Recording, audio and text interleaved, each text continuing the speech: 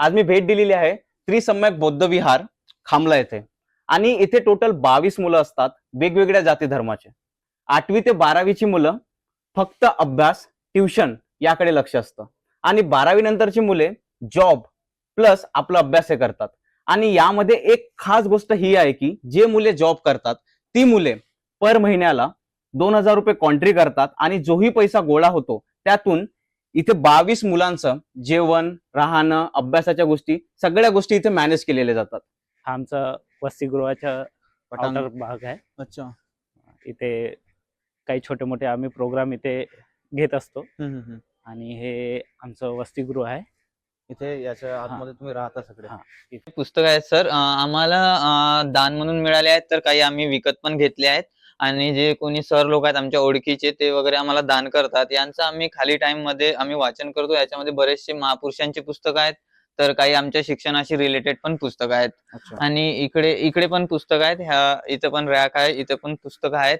आणि वरती बघाल तर सर्व महापुरुषांचे तुम्हाला इमेजेस फोटोज दिसतील. यांनी जे आम्हाला म्हणजे मार्गदर्शन केलंय, यांनी सांगितलेल्या मार्गावर आम्ही चालतो. आणि हे आमचं किचन आहे छोटंसं. इथं म्हणजे आम्ही जे छोटे मुलं असतात 8वी पासूनचे जे मुलं असतात अच्छा. घरी असणारे ते वगैरे सर्व 12वी पर्यंत जे मुलं असतात ते इथं अभ्यास करत असतात.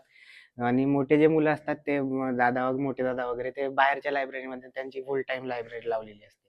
हा जो कम्प्युटर आहे हा आम्हाला दान म्हणून मिळाला आहे. याच्यावर आम्ही सर्व एक्झामचे फॉर्म भरतो.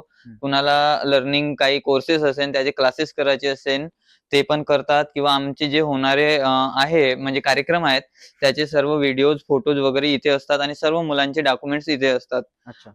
आणि हा आमच्याकडे एकच कम्प्युटर आहे त्यामुळे कधी कधी आम्हाला थोडा अडचण होते फॉर्म भरायला वगैरे. सर्वांना जय भीम.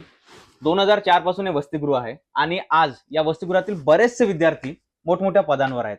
आज या वसतिगृहाने स्वतःची संस्था रजिस्टर्ड केलेली आहे. काय नावाने केली आहे? आम्ही नागवंशी बौद्धिशी संस्था. आणि जर असेच तुम्हाला विद्यार्थी घडवायचे असतील जे फुले शाहू आंबेडकर यांच्या मार्गावर चालतील, चांगला समाज निर्माण करतील, तर या वसतिगृहाला तुमच्याकडनं जेही शक्यतो मदत होतो ती मदत करा. होऊ शकतो ती पैशाची असेल किंवा इतर कुठल्या गोष्टींची. जर तुम्हाला पैशांची मदत करायची असेल तर मी या वसतिगृहाचा बँक डिटेल्स खाली स्क्रीनवर देणार. आणि जर तुम्हाला या वसतिगृहाशी संपर्क साधायचा असेल, पैसा सोडून बाकी कुठलीही मदत करायची असेल, होऊ शकतो तुम्हाला काही फर्निचर दान द्यायचं आहे, काही पुस्तकं दान द्यायची आहेत, तर मी एक नंबर देणार, यावरती तुम्ही संपर्क साधून बाकी सगळी माहिती या वसतिगृहाची घेऊ शकता.